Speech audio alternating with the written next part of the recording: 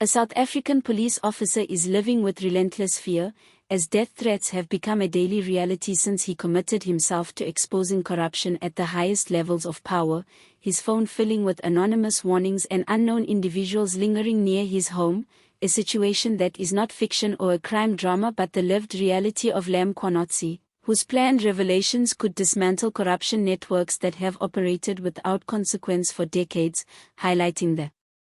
perilous reality of whistleblowing in a country where telling the truth can cost everything, and prompting the question of whether anyone would come forward if undeniable proof of massive corruption also placed their life at risk. Though little known internationally, Mkhwanazi is respected within law enforcement and activist circles, having served over 15 years as a police officer known for strict adherence to procedure and refusal to ignore misconduct, a stance that earned respect from some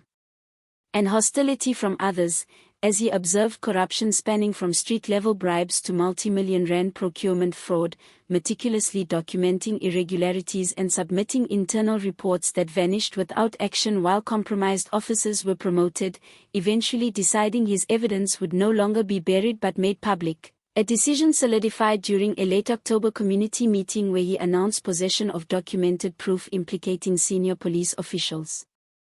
contractors, and politically connected figures in systematic looting of public safety resources, describing fraudulent tenders, missing evidence, sabotaged investigations, falsified procurement records, and shell companies tied to relatives of senior officials, speaking calmly and precisely as applause erupted and officials exchanged anxious glances, after which videos of his speech spread rapidly online and threats escalated from vague warnings to explicit messages referencing his family, movements, and home, including photos of his car, details of his meals, silent 3 a.m. calls, tempered brake lines, and signs of professional surveillance that made clear institutional protection could not be trusted, all within a broader context of South Africa's deeply entrenched corruption crisis intensified during the state capture era under Jacob Zuma,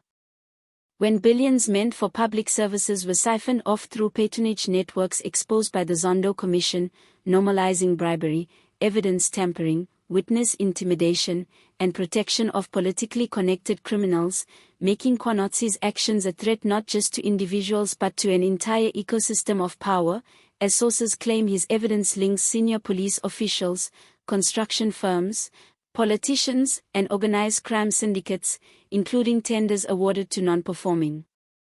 companies, interference in investigations, and destruction of evidence against protected suspects, explaining why retaliation is likely and credible, a danger underscored by past cases where whistleblowers were assassinated, intimidated, or forced into exile while corrupt figures remained untouched, leading to polarized public reaction with many praising Mkhwanazi's courage and demanding protection while others question his motives or methods, despite weak enforcement of whistleblower protections, compromised reporting channels, unreliable witness protection, and the reality that police corruption functions as an organized system driven by procurement fraud, manipulated investigations, and financial kickbacks, prompting cautious and vague responses from officials amid reports of anxiety within political circles over the scope of his evidence, which reportedly includes internal records, emails, payment trails, officer testimonies, and communications linking senior officials to criminal activity, prompting Mkhwanazi to take extreme safety measures such as changing routines, securing his home, distributing evidence through a dead man switch system, and maintaining public visibility with support from activists and international organizations despite the immense psychological toll, as international media attention raises both protection and risk, potentially inspiring other officers to come forward in a cascade of revelations feared by entrenched networks, while official police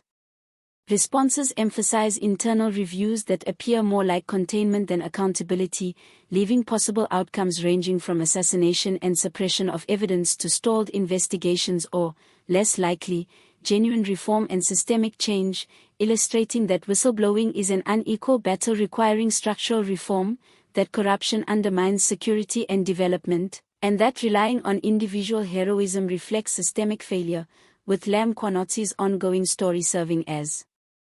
a test of South Africa's commitment to justice, accountability, and the protection of those who dare to speak truth to power, reminding the world that corruption thrives through silence, fear, and institutional failure, while for Mkhwanazi each day remains a test of survival, integrity, and the hope that